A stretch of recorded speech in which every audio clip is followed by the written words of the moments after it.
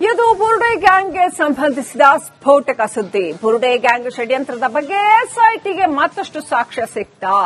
ಚಿನ್ನಯ್ಯನಿಗೆ ಹಣ ಕೊಟ್ಟವರಿಗೂ ಕೂಡ ಸಂಕಷ್ಟ ಶುರುನಾ? ರಿಪಬ್ಲಿಕ್ ಕನ್ನಡದಲ್ಲಿ ಎಸ್ಐಟಿ ನೋಟಿಸ್ನ ಎಕ್ಸ್ಕ್ಲೂಸಿವ್ ಸುದ್ದಿ. ಬುರುಡೆ ಗ್ಯಾಂಗ್ ಯಾವ ರೀತಿ ಷಡ್ಯಂತ್ರ ಮಾಡಿತು ಅನ್ನೋದರ ಕುರಿತಾಗಿ ಇನ್ನಷ್ಟು ಸಾಕ್ಷ್ಯಗಳು ಎಸ್ಐಟಿಗೆ ಸಿಕ್ಕಿದೆಯಾ? ಚಿನ್ನಯ್ಯನಿಗೆ ಹಣ ಕೊಟ್ಟಿದ್ದಾರೆ ಅನ್ನುವಂಥದ್ದಿದೆಯಲ್ಲ, ಆ ಹಣ ಕೊಟ್ಟವರಿಗೂ ಕೂಡ ಸಂಕಷ್ಟ ಶುರುವಾಗಿದೆಯಾ? ಬುರುಡೆ ಗ್ಯಾಂಗ್ಗೆ ಸಂಬಂಧಿಸಿದಂತೆ ಮತ್ತಷ್ಟು ಸ್ಫೋಟಕ ಸುದ್ದಿ ರಿಪಬ್ಲಿಕ್ ಕನ್ನಡದಲ್ಲಿ. ಏನದು ಹಾಗಾದ್ರೆ? ಎಸ್ಐಟಿಗೆ ಸಿಕ್ಕಿರುವಂತಹ ಇನ್ನಷ್ಟು ಸಾಕ್ಷ್ಯಗಳು ಏನು? ಎಸ್ಐಟಿ ನೋಟಿಸ್ನಲ್ಲಿ ಏನೆಲ್ಲ ಇದೆ?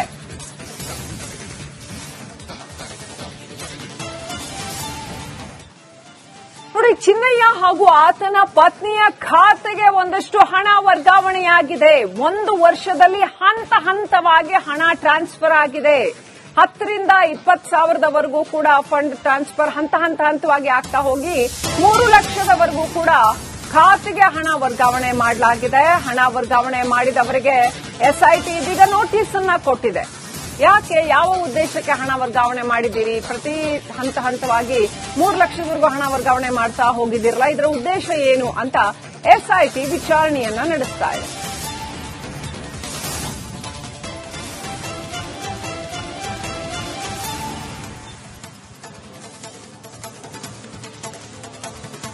ಚಿನ್ನಯ್ಯ ಹಾಗೂ ಆತನ ಪತ್ನಿಯ ಖಾತೆಗೆ ಯಾತಕ್ಕೋಸ್ಕರ ಹಣ ವರ್ಗಾವಣೆ ಮಾಡಿದ್ರು?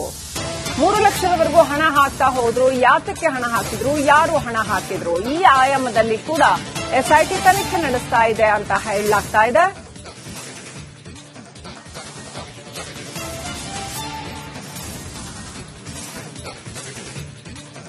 ಚಿನ್ನಯ್ಯ ಆ ಬಗ್ಗೆ ಏನು ಹೇಳಿಕೆ ಕೊಟ್ಟಿದ್ದಾನೆ ಅನ್ನೋದು ಇನ್ನಷ್ಟೇ ಗೊತ್ತಾಗಬೇಕಾಗಿದೆ. ಎಸ್ಐಟಿ ಒಟ್ಟಿನಲ್ಲಿ ತನಿಖೆ ನಡೆಸಿದೆ.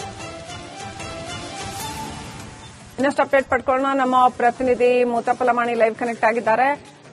ಮುತ್ತಪ್ಪಲಮಾಣಿ, ಹಣ ಟ್ರಾನ್ಸ್ಫರ್ ಆಗಿದೆ ಅಂದ್ರೆ ಯಾರಿಂದ ಹಣ ಟ್ರಾನ್ಸ್ಫರ್ ಆಗಿದೆ, ಎಷ್ಟು ಹಣ ಟ್ರಾನ್ಸ್ಫರ್ ಆಗಿದೆ, ಎಷ್ಟು ಕಂತುಗಳಲ್ಲಿ ಆಗಿದೆ, ಅದಕ್ಕೆ ಎಸ್ಐಟಿ ವಿಚಾರಣೆ ಸಂದರ್ಭದಲ್ಲಿ ಈ ಚಿನ್ನಯ್ಯ ಏನಾದರೂ ಹೇಳಿಕೆ ಕೊಟ್ಟಿದ್ದಾನಾ? ಈಗ ಮುಂದೆ ಯಾವ ಆಯಾಮದಲ್ಲಿ ಎಸ್ಐಟಿ ತನಿಖೆ ಮಾಡ್ತಾ ಹೋಗಬಹುದು? ಮುತ್ತಪ್ಪ.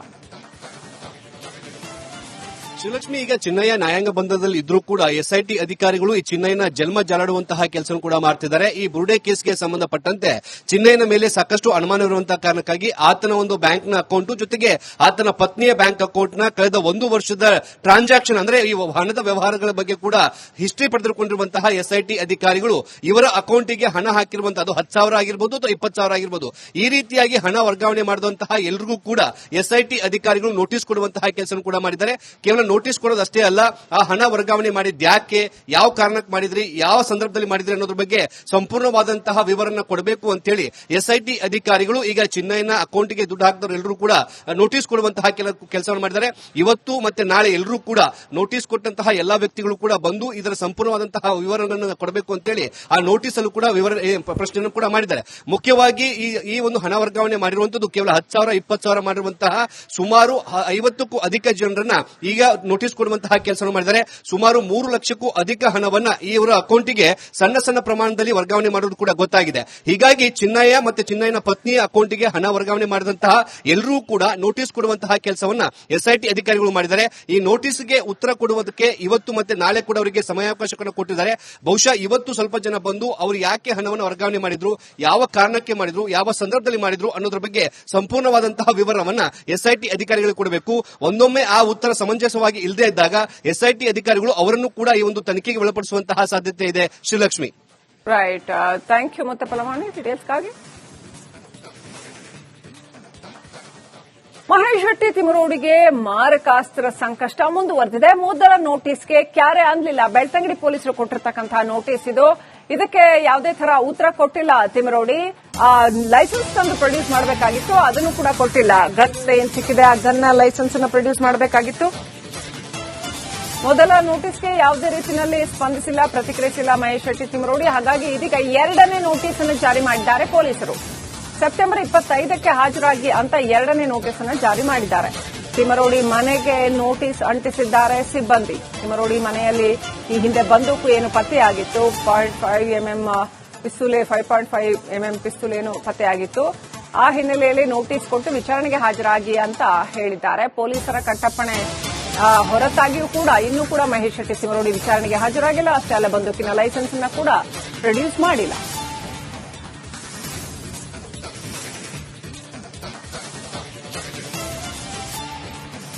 ಹಾಗಾದ್ರೆ ಎಲ್ಲಿದ್ದಾರೆ ಮಹೇಶ್ ಶೆಟ್ಟಿ ತಿಮರೋಡಿ? ಯಾಕೆ ಇನ್ನೂ ವಿಚಾರಣೆಗೆ ಹಾಜರಾಗ್ತಿಲ್ಲ? ಇನ್ನಷ್ಟು ಅಪ್ಡೇಟ್ ಪಡ್ಕೊಳ್ಳೋಣ. ನಮ್ಮ ಪ್ರತಿನಿಧಿ ದಿನೇಶ್ ಕಾಶಿಪಟ್ನ ಲೈವ್ ಕನೆಕ್ಟ್ ಆಗಿದ್ದಾರೆ. ದಿನೇಶ್, ಮಹೇಶ್ ಶೆಟ್ಟಿ ತಿಮರೋಡಿ ಅವರ ಮನೆಗೆ ಹೋಗಿ 2ನೇ ನೋಟಿಸ್ ಅನ್ನ ಬೆಳ್ತಂಗಡಿ ಪೊಲೀಸರು ಅಂಟಿಸಿ ಬಂದಿದ್ದಾರೆ. ಈಗ ಬುರುಡೆ ಕೇಸ್ನಲ್ಲಿ ಎಸ್ಐಟಿ ತಿಮರೋಡಿ ಅವರನ್ನ ಮತ್ತೆ ವಿಚಾರಣೆಗೆ ಕರೀತಾ ಇಲ್ವಾ? ವಿಚಾರಣೆ ಎಲ್ಲ ಮುಗೀತಾ? ಏನ್ ಕತೆ? ಈಗ ಬೆಳ್ತಂಗಡಿ ಪೊಲೀಸರು ಆರ್ಮ್ಸ್ ಆಕ್ಟ್ ಅಡಿಯಲ್ಲಿ ಮಾಡ್ತಾ ಇರೋದು ಬೇರೆ ಸಪರೇಟ್ ತನಿಖೆನಾ ಅದು? ಈಗ ಪ್ರಸಕ್ತ ಈ ಮಹೇಶ್ ಶೆಟ್ಟಿ ತಿಮರೋಡಿ ಎಲ್ಲಿದ್ದಾರೆ? ಅವ್ರ ಮನೆಯಲ್ಲೇ ಇದ್ದಾರಾ ಅಥವಾ ಅಜ್ಞಾತ ಸ್ಥಳದಲ್ಲಿ ಇದ್ದಾರಾ? ಎಲ್ಲಿ ಕೂತ್ಕೊಂಡು ಒಂದೊಂದೇ ವಿಡಿಯೋಗಳನ್ನ ಬಿಡ್ತಾ ಇದ್ದಾರೆ?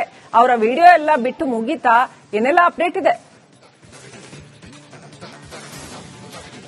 ಶ್ರೀಲಕ್ಷ್ಮಿ, ಮಹೇಶ್ ಶೆಟ್ಟಿ ತಿಮರೋಡಿ ಅವರಿಗೆ ಸದ್ಯ 2ನೇ ನೋಟಿಸ್ ಅನ್ನ ನೀಡಿರುವಂತದ್ದು. ಅಂದ್ರೆ ನಿನ್ನೆ ಮೊದಲ ನೋಟಿಸ್ ನೀಡಿದ್ರು, ಅಂದ್ರೆ ನಿನ್ನೆ ವಿಚಾರಣೆಗೆ ಹಾಜರು ಆಗ್ಬೇಕನ್ನುವಂತ ಒಂದು ನೋಟಿಸ್ ಇತ್ತು. ಆದ್ರೆ ಅದಕ್ಕೆ ಅವರು ವಿಚಾರಣೆಗೆ ಹಾಜರಾಗ್ಲಿಲ್ಲ. ನಿನ್ನೆ ಬೆಳ್ತಂಗಡಿ ಠಾಣೆಗೆ ಹಾಜರಾಗ್ಲಿಲ್ಲ. ಅದರ ಬಳಿಕ ನಿನ್ನೆ ಮತ್ತೆ ಬೆಳ್ತಂಗಡಿ ಪೊಲೀಸರು ಮಹೇಶ್ ಶೆಟ್ಟಿ ತಿಮರೋಡಿ ಅವರ ತಿಮರೋಡಿ ಮನೆಗೆ ಹೋಗಿ ಅವರ ಮನೆಗೆ ನೋಟಿಸ್ ನೀಡುವುದಕ್ಕಂತ ಹೋಗಿದ್ರು. ಆದ್ರೆ ಮಹೇಶ್ ಶೆಟ್ಟಿ ತಿಮರೋಡಿ ಅವರು ನಿನ್ನೆ ಕೂಡ ಅವರ ಮನೆಯಲ್ಲಿ ಇರಲಿಲ್ಲ. ಹೀಗಾಗಿ ಪೊಲೀಸರು ಅವರ ಮನೆಯ ಬಾಗಿಲಿಗೆ ಆ ನೋಟಿಸ್ ಅನ್ನು ಅಂಟಿಸಿ ಬಂದಿರುವಂತದ್ದು. ಅದು ಆ ನೋಟಿಸ್ ಅಲ್ಲಿ ಇರುವಂತದ್ದು ಏನಂದ್ರೆ 25ನೇ ತಾರೀಕಿಗೆ ನೀವು ವಿಚಾರಣೆಗೆ ಹಾಜರು ಆಗಬೇಕು ಅನ್ನುವಂಥದ್ದು. ಈಗ 2 ನೋಟಿಸ್ ಅನ್ನ ನೀಡಿರುವಂತದ್ದು. ಮೊದಲ ನೋಟಿಸ್ ಅಲ್ಲಿ ನಿನ್ನೆ ವಿಚಾರಣೆಗೆ ಹಾಜರು ಆಗ್ಬೇಕಂತ ಇತ್ತು. ಆದ್ರೆ ನಿನ್ನೆ ವಿಚಾರಣೆಗೆ ಅವರು ಹಾಜರಾಗಲಿಲ್ಲ. ಮತ್ತೆ ನೋಟಿಸ್ ಅನ್ನ ನೀಡಿರುವಂತದ್ದು. ಅದು 25ನೇ ತಾರೀಕಿಗೆ ವಿಚಾರಣೆಗೆ ಹಾಜರಾಗಬೇಕು ಅನ್ನುವಂಥದ್ದು. 25ನೇ ತಾರೀಕಿಗಾದ್ರೂ ಹಾಜರಾಗ್ತಾರಾ ಇಲ್ವಾ ಅನ್ನುವಂಥದ್ದು ಕಾದ್ ನೋಡಬೇಕಾಗಿದೆ. ಇದು ಯಾಕೆ ನೋಟಿಸ್ ನೀಡಿದ್ರಂದ್ರೆ, ಈ ಹಿಂದೆ ಚಿನ್ನಯ್ಯ ವಿಚಾರಣೆಯ ಸಂದರ್ಭದಲ್ಲಿ ಆತನ ಮೊಬೈಲ್ ಸಹಿತ ಕೆಲವೊಂದು ವಸ್ತುಗಳು ಮಹೇಶ್ ಶೆಟ್ಟಿ ತಿಮರೋಡಿ ಅವರ ಮನೆಯಲ್ಲಿ ಇದೆ ಅಂತ ಬಾಯ್ಬಿಟ್ಟಿದ್ದ. ಆ ಬಳಿಕ ಮಹೇಶ್ ಶೆಟ್ಟಿ ತಿಮರೋಡಿ ಅವರ ಮನೆಯನ್ನ ತಲಾಶ್ ಮಾಡಲಾಗಿತ್ತು. ಆ ಸಂದರ್ಭದಲ್ಲಿ 2 ತಲವಾರು ಮತ್ತು ಒಂದು ಬಂದೂಕು ಕೂಡ ಸಿಕ್ಕಿತ್ತು. ಹೀಗಾಗಿ ಅದನ್ನು ವಶಪಡಿಸಿಕೊಂಡಂತಹ ಎಸ್ಐಟಿ ತಂಡ, ಆ ಬಳಿಕ ಎಸ್ಐಟಿ ಅಧಿಕಾರಿಯಾದಂತಹ ಸೈಮನ್ ಅವರು ಬೆಳ್ತಂಗಡಿ ಪೊಲೀಸ್ ಠಾಣೆಗೆ ಇದರ ವಿರುದ್ಧ ದೂರನ್ನು ಕೂಡ ನೀಡಿದ್ರು. ಆ ಬಳಿಕ ಬೆಳ್ತಂಗಡಿ ಪೊಲೀಸ್ ಠಾಣೆಯಲ್ಲಿ ಆರ್ಮ್ಸ್ ಆಕ್ಟ್ ಅಡಿಯಲ್ಲಿ ದೂರು ಕೂಡ ದಾಖಲಾಗಿತ್ತು. ಆ ಬಳಿಕ ಅವರಿಗೆ ಮೊದಲ ನೋಟಿಸ್ ನೀಡಲಾಗಿತ್ತು. ಮೊದಲ ನೋಟಿಸ್ಗೆ ಅವರು ಉತ್ತರಿಸಲಿಲ್ಲ. ಈಗ 2ನೇ ನೋಟಿಸ್ ಅನ್ನು ಅವರ ಮನೆಯ ಬಾಗಿಲಿಗೆ ಅಂಟಿಸಿರುವಂತದ್ದು. 2ನೇ ನೋಟಿಸ್ಗೂ ಕೂಡ ಅವರು ವಿಚಾರಣೆಗೆ ಹಾಜರಾಗದೇ ಇದ್ರೆ ಪೊಲೀಸರು ಕಾನೂನು ಕ್ರಮ ಕೈಗೊಳ್ಳುವಂತಹ ಸಾಧ್ಯತೆ ಕೂಡ ಇದೆ. ಯಾಕಂದ್ರೆ ಆ ಬಂದೂಕು ಏನಿದೆಲ್ಲ, ಅವರ ಮನೆಯಲ್ಲಿ ಸಿಕ್ಕಿದಂತಹ ಬಂದೂಕು, ಅದು ಲೈಸೆನ್ಸ್ ಪಡೆದು ಇಟ್ಟುಕೊಳ್ಳುವಂತಹ ಬಂದೂಕಾಗಿತ್ತು. ಹೀಗಾಗಿ ಅದಕ್ಕೆ ಸಂಬಂಧಿಸಿದಂತಹ ಲೈಸೆನ್ಸ್ ಆಗಿರಬಹುದು, ಇತರ ದಾಖಲೆಗಳಾಗಿರ್ಬೋದು, ಅದನ್ನು ಅವರು 25ನೇ ತಾರೀಕಿಗೆ ಒದಗಿಸಬೇಕಾಗುತ್ತೆ. ಒಂದು ವೇಳೆ ಆ ಒಂದು ಲೈಸೆನ್ಸ್ ಏನಿದೆ ಅದು ಪರವಾನಿಗೆ ಅವರು ಲೈಸೆನ್ಸ್ ಇಲ್ಲದೆ ಹೋದ್ರೆ, ಜೊತೆಗೆ ಆ ಲೈಸೆನ್ಸ್ ರಿನ್ಯೂವಲ್ ಆಗದೇ ಇದ್ರೆ ಅವರಿಗೆ ಮುಂದೆ ಕಾನೂನಿನಲ್ಲಿ ಕೂಡ ಬಹಳಷ್ಟು ತೊಂದರೆ ಆಗಬಹುದು. ಹೀಗಾಗಿ ಸದ್ಯ 25ನೇ ತಾರೀಕು ಅವರಿಗೆ ನೋಟಿಸ್ ನೀಡಿದ್ದಾರೆ. 25ನೇ ತಾರೀಕು ಕೂಡ ಅವರು ಉತ್ತರಿಸದೇ ಇದ್ದಲ್ಲಿ ಪೊಲೀಸರು ಕಠಿಣ ಕಾನೂನು ಕ್ರಮ ಕೈಗೊಳ್ಳುವುದಕ್ಕೆ ಈಗಾಗಲೇ ಸಿದ್ಧತೆಗಳನ್ನು ಮಾಡಿಕೊಂಡಿರುವಂತದ್ದು. ಶ್ರೀಲಕ್ಷ್ಮಿ.